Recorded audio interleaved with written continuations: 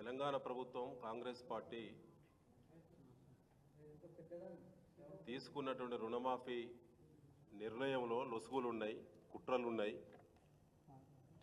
లోపాలు ఉన్నాయి. రైతుల పక్షంగా కాకుండా ప్రభుత్వ పక్షంగా నిర్ణయాలు ఉన్నాయని చెప్పి బీఆర్ఎస్ పార్టీ గతంలో అనేక సార్లు చెప్పింది. అది ముమ్మాటికి నిజమైంది. బీఆర్ఎస్ కేంద్ర కార్యాలయం తెలంగాణ భవన్లో రుణమాఫీ వర్తించని అర్హత ఉండి కూడా వర్తించకుండా ఇబ్బందులు పడుతున్నటువంటి రైతుల యొక్క ఫిర్యాదులను స్వీకరించడానికి ప్రత్యేకంగా ఫోన్ నంబర్ ఇచ్చి వాట్సాప్ నంబర్ ఇచ్చి 48 అవర్స్ గడిచింది. 48 గంటల్లో తెలంగాణ రాష్ట్ర వ్యాప్తంగా సన్న చిన్నకారు రైతులు, దళిత గిరిజన రైతులు, బలైన వర్గాల రైతులు ఇప్పటివరకు నంబర్ ఆఫ్ కాల్స్ 3562 కాల్స్ వచ్చినాయి. ఈ నిమిషం వరకు మెసేజ్ల రూపంలో వాట్సాప్లో వారి ఫిర్యాదులను వ్రాతపూర్వకంగా పంపినటువంటి ఫిర్యాదులు 42,984 ఫిర్యాదులు వచ్చినాయి. 48 గంటల్లో 3,562 కాల్స్, 42,984 మెసేజ్లు వివిధ పద్ధతిలో ఫిర్యాదులు అందినాయి తెలంగాణ భవన్కి. అంటే 48 గంటల సమయంలో గంటకి 875 కంప్లైంట్స్ ఈ తెలంగాణ ప్రభుత్వం, కాంగ్రెస్ పార్టీ ప్రభుత్వం రుణమాఫీ ఇష్యూలో అనేక కొర్రీస్ పెడతా ఉన్నది, ఇబ్బందులు పెడతా ఉందని అనేక మంది రైతులు ఫిర్యాదు చేయడం జరిగింది. ఇప్పటివరకు వచ్చినటువంటి ఫిర్యాదుల్లో కొన్ని హైలైట్స్, కొన్ని మాత్రమే ఇవాళ తెలంగాణ ప్రజల ముందు, రైతుల ముందు మరొకసారి పెట్టదలుచుకున్నాం. ఈ ప్రభుత్వం యొక్క ఉద్దేశమే వదిలించుకోవాలని హామీ ఇచ్చినాం కదా. బీఆర్ఎస్ గొంతెత్తి డిమాండ్ చేసింది రుణమాఫీ వెంటనే చేయాలి, 100 రోజులు అయిపోతుంది అని చెప్పి బీఆర్ఎస్ గొంతుకు భయపడి రేవంత్ రెడ్డి గారు దేవుళ్ళ మీద ఒట్టుపెట్టి తప్పించుక తిరగలేని తప్పని పరిస్థితుల్లో మాత్రమే ఈ రుణమాఫీకి నిర్ణయం ముందుకు వచ్చిన విషయం అర్థమవుతా ఉన్నది. రేషన్ కార్డు ప్రామాణికం కాదన్నారు ముఖ్యమంత్రి రేవంత్ రెడ్డి అన్నాడు, వ్యవసాయ శాఖ మంత్రి గారు అన్నారు. కానీ వాళ్ళు ఏమైంది, గ్రామ స్థాయిలో పరిశీలన చేస్తే రేషన్ కార్డు ప్రామాణికంగా రేషన్ కార్డు ఉన్నటువంటి కుటుంబంలో ఒక్కరికి మాత్రమే రుణమాఫీ వర్తిస్తున్నట్టు ఇవాళ రైతులు దాదాపుగా గ్రామాలు, తండాలు, హామ్లెట్స్ నుంచి ఒకసారి పరిశీలన చేస్తే ఇవాళ 4,500 పైచిలకు గ్రామాల నుంచి ఫిర్యాదులు ఇప్పటికే వచ్చినాయి. ఇంకా ఫిర్యాదుల సెంటర్ కొనసాగుతున్నది. క్షేత్రస్థాయి పరిశీలన బీఆర్ఎస్ పార్టీ ఏ స్థాయిలో చేస్తుందో ఈ రుణమాఫీ ముమ్మాటికి ప్రతి అర్హత ఉన్నటువంటి ప్రతి రైతుకు వర్తించాలని చెప్పి ఇవాళ వర్తించినటువంటి రైతుల పక్షాన నిలబడడానికి ముందుకు పోతుంది బీఆర్ఎస్ పార్టీ. ముఖ్యంగా మిత్రులారా, ఇందులో ప్రధానంగా రేషన్ కార్డు ప్రామాణికం చేసుకోవడం ద్వారా లక్షలాది మంది రైతులు ఇవాళ నష్టపోతూ ఉన్నారు. ఆధార్ కార్డు పాస్బుక్ మీద ఉన్నటువంటి నంబర్ కానీ, తర్వాత బ్యాంకు రుణం పొందినప్పుడు నమోదైనటువంటి నంబర్ కానీ, తర్వాత ఆధార్ మీద, ఒరిజినల్ ఆధార్ మీద నంబర్ కానీ మ్యాచ్ కావాలని చెప్పి అన్నప్పుడు ఎక్కడో ఒక దగ్గర నంబర్ తప్పు ఉంటే, ఇది వ్యవసాయ రైతులకు సంబంధించిన అంశం. అక్షరాస్యులు ఉంటారు, నిరక్షరాస్యులు ఉంటారు. దాన్ని పరిగణలో తీసుకోకుండా ఇవాళ నంబర్ మ్యాచ్ కావాలంటే ఎక్కడైనా ఒక నంబర్ మిస్ అయినా, మిస్టేక్ అయినా రుణమాఫీ వర్తించడం లేదు. ఆ తర్వాత పెళ్లిగాని బిడ్డ అప్పుడు మేజర్ అయి ఉంటుంది ఇంట్లో, తర్వాత సపరేట్ ల్యాండ్ ఉంటుంది, రుణం పొందుంటారు. పెళ్లి చేసి అత్తగారింటికి పంపించిన తర్వాత ఇప్పుడు స్థానికత లేదు అనే పేరు మీద, రేషన్ కార్డులో పేరు లేదనే పేరు మీద వారిని అనర్హులుగా చూపిస్తున్నారు.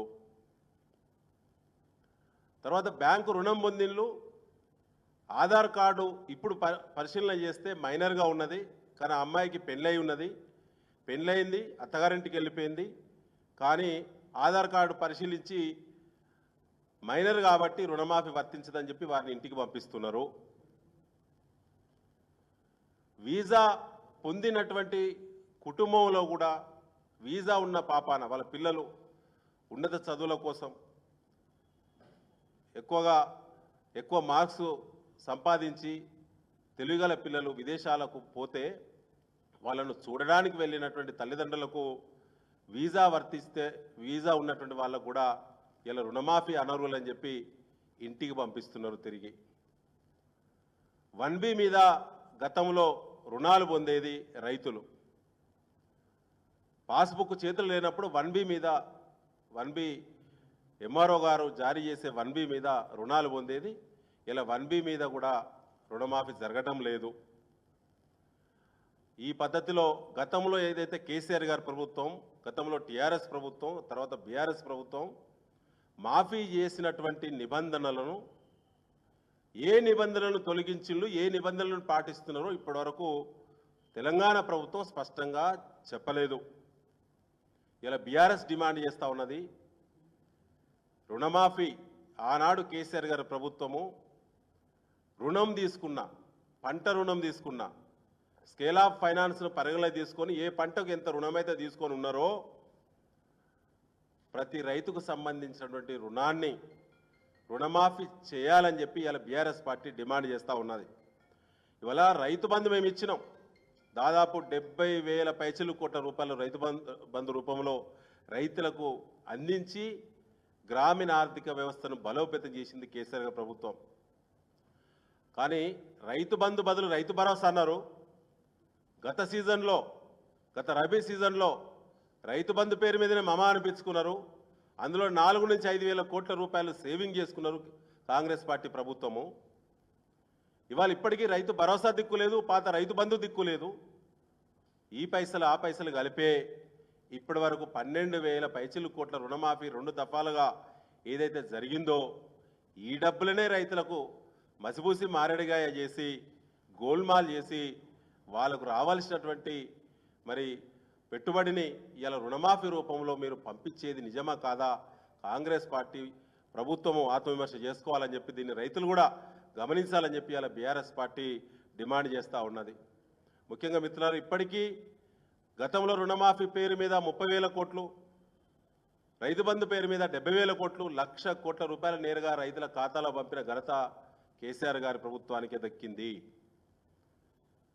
ఆనాడు మరి లేనటువంటి బ్యాంకు రుణాల మీద ఉన్నటువంటి మరి రుణమాఫీ నిబంధనల పేరు మీద ఇవాళ పూర్తిగా రైతుల సంఖ్యను తక్కువ చేసే ప్రయత్నం చేస్తూ ఉన్నారు. మమా అనిపించుకొని దీని నుంచి బయటపడే ప్రయత్నం చేస్తూ ఉన్నారు రేవంత్ రెడ్డి ప్రభుత్వం తప్ప చిత్తశుద్ధితో రుణమాఫీ మీద ఇప్పటి వరకు కూడా క్షేత్రస్థాయి రివ్యూ జరగలేదు.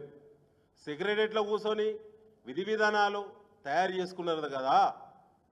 ఇలా క్షేత్రస్థాయిలో రైతు ఏ బ్యాంకుకి అయితే వెళ్ళి ఏ వ్యవసాయ శాఖ అధికారి యొక్క సహకారంతో క్షేత్రస్థాయిలో ఉన్నటువంటి వ్యవసాయ శాఖ అధికారులు, క్షేత్రస్థాయిలో ఉన్నటువంటి పిఏసిఎస్ల సిబ్బంది, క్షేత్రస్థాయిలో ఈ రుణాన్ని మరి ఇచ్చినటువంటి బ్యాంకర్స్ ఏదైతే బ్రాంచ్లో పనిచేసేటువంటి క్షేత్రస్థాయి సిబ్బందితో సమీక్షలు ఎందుకు నిర్వర్తించలేదు ఇప్పటివరకు?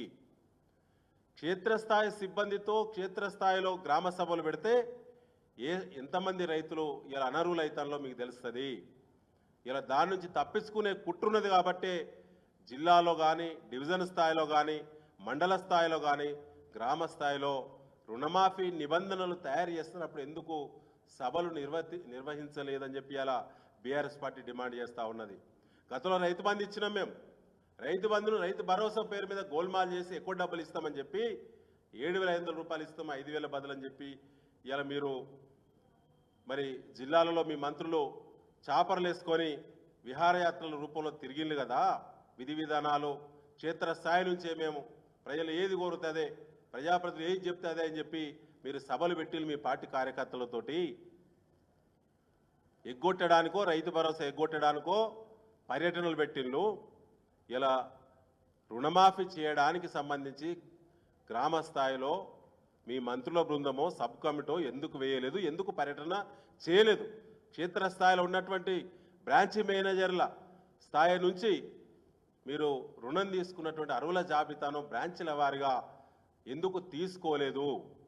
కేవలం ఎస్ఎల్బీసీలో ఉన్నటువంటి లెక్కలను మీరు కుళ్ళుగుత్తాగా తీసుకొని మీ ఇష్టమైన నిబంధనలు మరి దానిపైన పెట్టి క్షేత్రస్థాయిలో ఎంతమంది అనర్హులైతాలో కూడా మరి తెలుసుకోకుండానే మీరు ఇవన్నీ ఎగ్గొట్టే ప్రయత్నం చేస్తూ ఉన్నారని చెప్పి ఇలా బీఆర్ఎస్ పార్టీ భావిస్తూ ఉన్నది.